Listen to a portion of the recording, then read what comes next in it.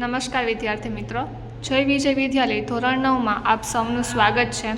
હાલની પરિસ્થિતિને ધ્યાનમાં રાખીને આપણો અભ્યાસક્રમ વિડીયો માધ્યમ દ્વારા ચલાવવામાં આવશે, જેમાં ધોરણ 9 વિજ્ઞાન અને ટેકનોલોજી વિષયમાં આપણે આપણા અભ્યાસક્રમની શરૂઆત પ્રકરણ નંબર 6 જેનું નામ છે પેશીઓ દ્વારા શરૂ કરવાના છીએ। સૌપ્રથમ આપણે જોઈએ તો કે આપણને બધાને જ ખબર છે કે સજીવો છે એ કેટલા પ્રકારના છે। તો કે આપણી આસપાસ રહેલા સજીવો છે એ બે પ્રકારના સજીવ છે, એક કોષીય સજીવ અને બહુકોષીય સજીવ, જેના વિશે તમે ખૂબ જ ડિટેલ્સમાં આગળના ધોરણમાં અભ્યાસ કરી ચૂક્યા છો। તેમ છતાં પણ એક કોષીય સજીવ કોને કહેવાય? તો કે જે સજીવ ફક્ત ને ફક્ત એક જ કોષનો બનેલો છે તો તેને આપણે એક કોષીય સજીવ કહીએ, જેનું ઉદાહરણ છે અમીબા, પેરામિશિયમ, ક્લેમિડોમોનાસ। અને એના સિવાય તો કે બીજો પ્રકાર છે બહુકોષીય સજીવ। તો કે બહુકોષીય સજીવ કોને કહેવાય? તો કે જે પ્રાણીઓ, વનસ્પતિઓ એક અથવા એકથી વધારે કોષોના બનેલા છે કે જેનું શરીર ખૂબ જ જટિલ છે, તેના શરીરની રચના, તેના અંગો, એમાં આવેલા પ્રકારો, કોષો ખૂબ જ જટિલ છે। તો આ જટિલ શરીરને સાચવવા માટે, એનું મેનેજમેન્ટ કરવા માટે તો કે એક કરતાં વધારે કોષોની જરૂર પડે છે। તો કે તેવા કોષો ધરાવતા સજીવોને આપણે બહુકોષીય સજીવ તરીકે ઓળખીએ છીએ। સજીવો બે પ્રકારના છે, એક કોષીય સજીવ અને બહુકોષીય સજીવ। એક કોષીય સજીવમાં અમીબાનો સમાવેશ થાય છે, જ્યારે બહુકોષીય સજીવમાં પ્રાણીઓ અને વનસ્પતિઓનો સમાવેશ થાય છે। આ ચેપ્ટરનું નામ છે પેશીઓ। તો સૌપ્રથમ આપણે પેશીઓ વિશે સમજવું અનિવાર્ય છે। તો પેશીઓ એટલે શું? તો કે એવો કોષોનો સમૂહ કે જે સંરચનાકીય રીતે સમાનતા ધરાવે છે અને કોઈ એક કાર્ય એક સાથે એકઠા થઈને પૂર્ણ કરે છે, ત્યારે તો કે પેશીની રચના થાય છે। સૌપ્રથમ તો કે પેશી કોને કહેવાય? તો કે એવો કોષોનો સમૂહ કે જે જેની સંરચના, એની સમાનતા અને આ બધા જ કોષો છે એની સંરચના સમાન હોય છે। તેથી તો કે આ દરેક કોષો છે એ એક જ કાર્ય કરે છે અને એક સાથે ભેગા થઈને કાર્ય પૂર્ણ કરે છે, ત્યારે તો કે પેશીની રચના થાય છે। સામાન્ય ભાષામાં સમજીએ તો કે કોષોનો સમૂહ એટલે કે પેશી। તો કે પેશીઓ એટલે શું? તો કે જ્યારે કોઈ કોષોનો સમૂહ, એની સંરચના સમાન છે, તો એની સંરચના સમાન હોવાથી તેમનું કાર્ય પણ છે એ સમાન હોવાનું છે, તેથી તેઓ બધા એક સાથે કાર્ય કરીને પૂર્ણ કરે છે અને આ જ રીતે પેશીની રચના થાય છે। કોષોનો સમૂહ એને આપણે સાદી ભાષામાં પેશી કહી। અગાઉ આપણે જોયું કે બહુકોષીય સજીવમાં કોનો સમાવેશ થાય છે? તો કે પ્રાણીઓ અને વનસ્પતિનો। તો આપણા મનમાં એવો પ્રશ્ન ઉદ્ભવ થાય કે શું વનસ્પતિઓ અને પ્રાણીઓ બંનેની પેશીઓ છે એ સમાન પ્રકારની હશે કે નહીં હોય? તો આ વસ્તુને સમજવા માટે આપણે તફાવતનો મદદ લઈએ। તો કે પ્રાણીઓ અને વનસ્પતિઓમાં આવેલી પેશીઓ સમાન છે કે નથી એ સમજવા માટે આપણે તફાવત દ્વારા સમજીએ। તો સૌથી પહેલાં જોઈએ તો કે પહેલો તફાવત શું છે? તો કે વનસ્પતિઓ કેવી છે? તો કે વનસ્પતિઓ સ્થિર છે, વનસ્પતિઓ એક જગ્યાએ સ્થાપિત છે, તે હલનચલન કરતી નથી અથવા તો સ્થળાંતર કરતી નથી। વનસ્પતિઓ છે એ સ્થળાંતરિત નથી, તેથી તો કે વનસ્પતિઓને છે હંમેશા ટટ્ટાર રહેવાનું હોય છે અને મોટા ભાગની પેશીઓ કેવી હોય છે? તો કે એને આધાર આપવાવાળી હોય છે। શું કામ? તો કે વનસ્પતિઓ છે એક જગ્યાએ સ્થાયી હોય છે, સ્થાપિત હોય છે, તે સ્થળાંતર કરતી નથી, એટલે તો કે મોટા ભાગની પેશીઓ કેવી હોય છે? તો કે એને આધાર આપવાવાળી હોય છે।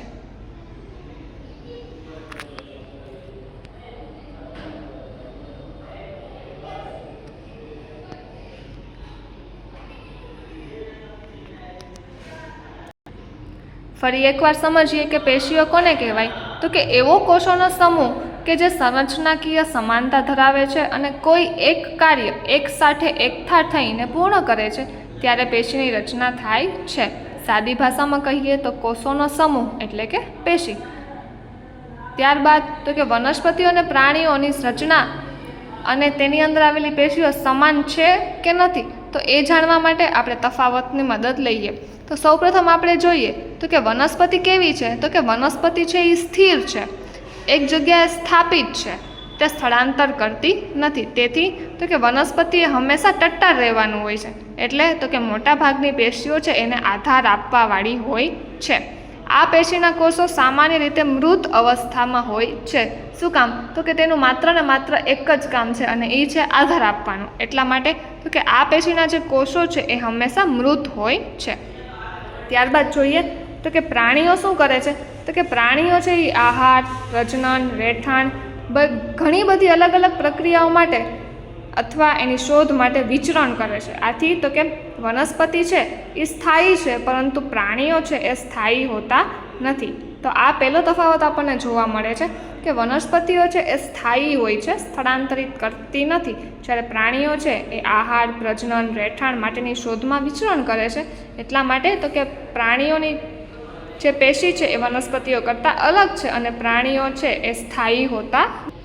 આ ઉપરાંત તો કે આપણે બીજો તફાવત જોઈએ તો કે વનસ્પતિની તુલનામાં પ્રાણીઓ છે એ વધુ ઉર્જા વાપરે છે.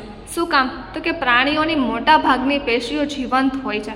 આગળ આપણે જોયું કે પ્રાણીઓ છે એ જટિલ છે, એની સ્થાયી હોતા નથી, વિચરણ કરે છે, જ્યારે વનસ્પતિઓ છે એ તો કે સ્થાયી હોય છે, એને ટટ્ટાર આપવાનું કામ પેશીઓ કરે છે. એટલે તો કે એ પેશીઓના કોષો કેવા છે? મૃત છે. જ્યારે પ્રાણીઓ છે એની તુલનામાં એની પેશીઓના કોષો કેવા છે? તો કે જીવંત છે. ત્યાર પછીનો તફાવત જોઈએ તો કે વનસ્પતિઓની વૃદ્ધિ છે એ કેટલાક પ્રદેશો કે ક્ષેત્રો સુધી સીમિત હોય છે, જ્યારે પ્રાણીઓમાં આવું જોવા મળતું નથી. એક્ઝામ્પલ આપીને સમજીએ તો કે વનસ્પતિનું જે મૂળ છે એની વૃદ્ધિ કેવી છે? તો કે અમુક ક્ષેત્રો સુધી સીમિત છે કે તેને જમીનની અંદર જ પ્રસરવાનું છે. ત્યારબાદ તો કે તે જમીનની બહાર આપણને મૂળ જોવા મળતા નથી. એવી જ રીતે તો કે પ્રકાંડની વૃદ્ધિ પણ અમુક પ્રદેશ કે ક્ષેત્રો સુધી સીમિત છે, જ્યારે પ્રાણીઓમાં આવું જોવા મળતું નથી. વનસ્પતિઓમાં કેટલીક પેશીઓ જીવન પર્યંત વિભાજન પામતી રહે છે. વનસ્પતિમાં આપણે જોઈએ તો કે અમુક પેશીઓ છે એના જીવનકાળ દરમિયાન સતત વિભાજન પામતી રહે છે. તો કે આ પેશીઓ કેટલાક વિસ્તારો સુધી સીમિત હોય છે. પેશીઓની વિભાજન ક્ષમતાને આધારે વિવિધ વનસ્પતિ પેશીઓને વર્ગીકૃત કરવામાં આવે છે.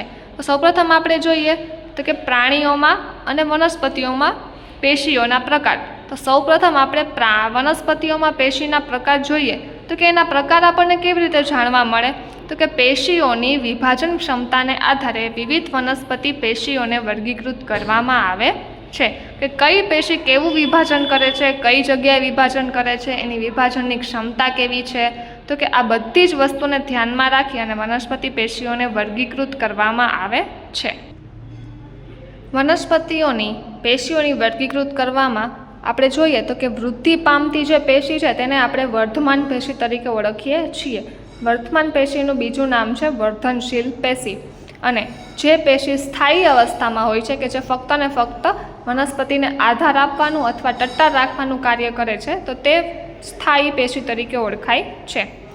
આ ઉપરથી આપણને જાણવા મળે છે કે પેશીઓની વિભાજન ક્ષમતાને આધારે વનસ્પતિની પેશીઓમાં બે પ્રકારની પેશી જોવા મળે છે.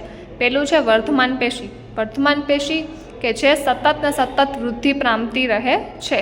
વર્ધમાન પેશીને અન્ય વર્ધનશીલ પેશી તરીકે પણ ઓળખવામાં આવે છે. બીજી પેશી છે સ્થાયી પેશી. તો કે સ્થાયી પેશી છે એ ફક્ત ને ફક્ત વનસ્પતિને ટટ્ટાર રાખવાનું અને આધાર આપવાનું કાર્ય કરે છે. જ્યારે પ્રાણીઓમાં વિભાજનશીલ કે અવિભાજનશીલ પ્રદેશો જેવી કોઈ સીમારેખા હોતી નથી. આ આપણને અન્ય તફાવત જોવા મળે છે પ્રાણીઓની પેશીમાં અને વનસ્પતિની પેશીમાં. કે વનસ્પતિઓની પેશીના પ્રદેશો છે એ નક્કી હોય છે, સીમિત હોય છે, જ્યારે પ્રાણીઓમાં આવું વિભાજનશીલ કે અવિભાજનશીલ જેવી કોઈ સીમારેખા જોવા મળતી નથી. જટિલ વનસ્પતિઓની સરખામણીમાં જટિલ પ્રાણીઓના અંગો અને અંગતંત્રોની રચના વધારે વિશિષ્ટ તથા લિમિટેડ હોય છે. આપણને સૌને ખબર છે કે પ્રાણીઓનું જે શરીર છે એ વનસ્પતિઓની શરીર રચના કરતાં વધારે પ્રમાણમાં જટિલ છે. શું કામ? તો કે પ્રાણીઓ છે વનસ્પતિ કરતાં વધારે પ્રકારના કામ કરે છે, જેમ કે રહેઠાણની શોધ, પ્રજનન, હલનચલન, રોજગારી. તો કે આ બધા જ કાર્યો છે એ કઈ રીતે શક્ય છે? તો કે પ્રાણીઓના જટિલ શરીરને કારણે. અથવા શરીરની અંદર શું આવેલું છે? તો કે અંગો અને અંગતંત્રની રચના. તો કે પ્રાણીઓના અંગતંત્રોની રચના અને અંગો વનસ્પતિઓના અંગતંત્ર કરતાં વધારે વિશિષ્ટ રીતે જોવા મળે. આ ચેપ્ટરમાં આપણે પેશીઓ વિશે અભ્યાસ કરવાનો છે. જેમાં આપણે બે પ્રકારની પેશીઓનો અભ્યાસ કરવાનો છે, વનસ્પતિ પેશીઓ અને પ્રાણી પેશીઓ. શું કામ? તો કે વનસ્પતિ પેશી અને પ્રાણી પેશી બંનેમાં આપણને તફાવત જોવા મળે છે, જે તફાવત આપણે હમણાં જ સમજ્યા. હવે તો કે વનસ્પતિ પેશીમાં આપણે પહેલી પેશી એટલે કે વર્ધનશીલ પેશીનો અભ્યાસ કરવાનો છે. તો કે વર્ધનશીલ પેશી કોને કહી શકાય? તો કે વનસ્પતિઓમાં વૃદ્ધિ કેટલાક નિશ્ચિત વિસ્તારો કે પ્રદેશોમાં જ થાય છે. તો કે આ પ્રદેશોમાં કઈ પેશી છે? તો કે વર્ધનશીલ પેશી.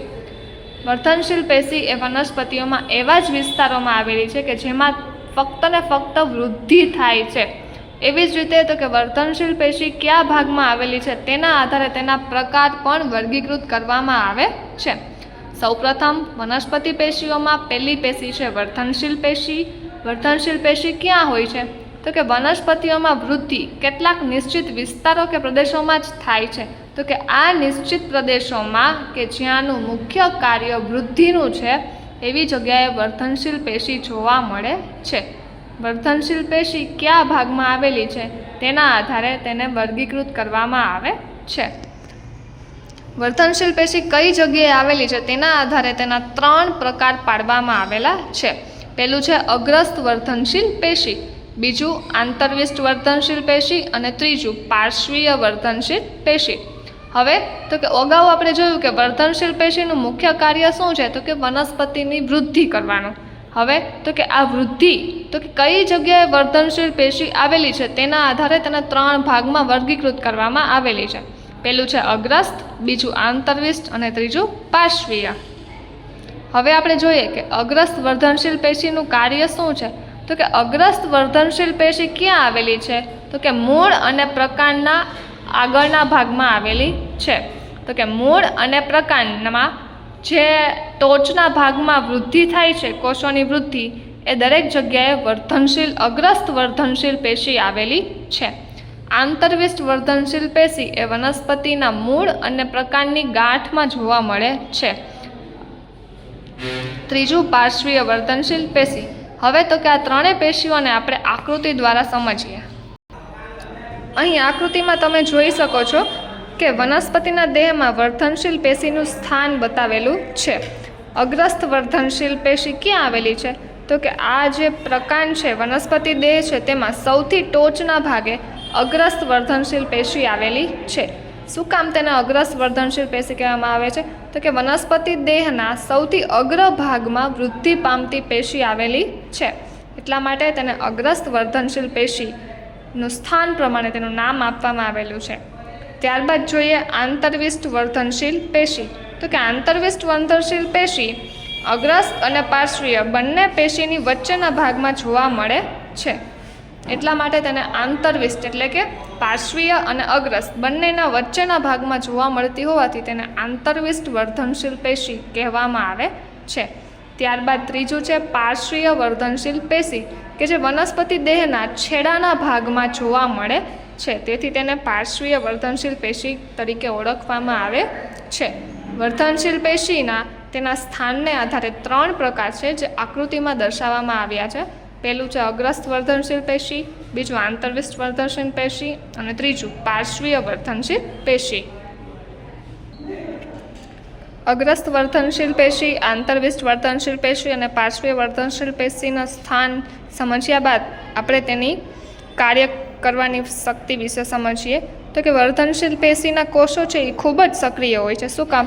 તો કે વર્ધનશીલ પેશીના કોષોને કોષ વિભાજન કરવાનું હોય છે. જો તેઓ કોષ વિભાજન ન કરે તો મૂળ અથવા પ્રકાંડની વૃદ્ધિ થતી નથી. એટલા માટે તો કે વર્ધનશીલ પેશીના કોષો છે એ ખૂબ જ સક્રિય હોય છે, જે ખૂબ જ સ્પીડમાં કોષોનું વિભાજન કરીને પેશી બનાવે છે. એમાં આવેલો કોષરસ પણ વધારે ઘટ્ટ હોય છે. તેની સેલ્યુલોઝયુક્ત દિવાલ પાતળી હોય છે. દિવાલ કઈ? તો કે કોષ દિવાલ. અને તો કે આ વર્ધનશીલ પેશીના કોષોમાં કોષ કેન્દ્ર પણ આપણને સ્પષ્ટ જોવા મળે છે. શું કામ? તો કે આ પેશીનું કાર્ય ખૂબ જ ઝડપથી થવું જોઈએ અને ખૂબ જ ઝડપથી થવાથી ખૂબ જ ઝડપથી કાર્ય થશે તો જ કોષોની વૃદ્ધિ છે એ ખૂબ જ સક્રિય રીતે થશે. તેવી જ રીતે તો કે આ પેશીમાં રસધાની આવેલી હોતી નથી. આ પેશીના કોષોમાં આપણને રસધાનીનો અભાવ જોવા મળે છે. વર્ધનશીલ પેશીના કોષોનું કાર્ય સમજવા આપણે એક પ્રવૃત્તિ કરીએ. તો કે સૌપ્રથમ એક બીકરની અંદર પાણી ભરી અને તેમાં તો કે એક ડુંગળી છે એ રાખવાની છે. હવે તો કે અહીં છે આ ડુંગળી ના મૂળ એટલે કે એના જે કંદ છે એ પાણીમાં ડૂબે એ રીતે રાખવાના છે. હવે તો કે રોજે રોજ આ ડુંગળીને પાણીમાં બીકરમાં રાખ્યા બાદ પાણીમાં ડૂબાડીને આપણે રોજે રોજ તેના તો કે મૂળની લંબાઈમાં થતો મૂળની જે લંબાઈ વધે છે તેનું અવલોકન કરવાનું છે. પ્રવૃત્તિમાં દર્શાવ્યા મુજબ તો કે સૌપ્રથમ એક બીકરમાં પાણી લઈને ડુંગળી તેમાં સંપૂર્ણ રીતે ડૂબે એ રીતે રાખીને તેમાં થતી મૂળની વૃદ્ધિનું આપણે અવલોકન કરવાનું છે.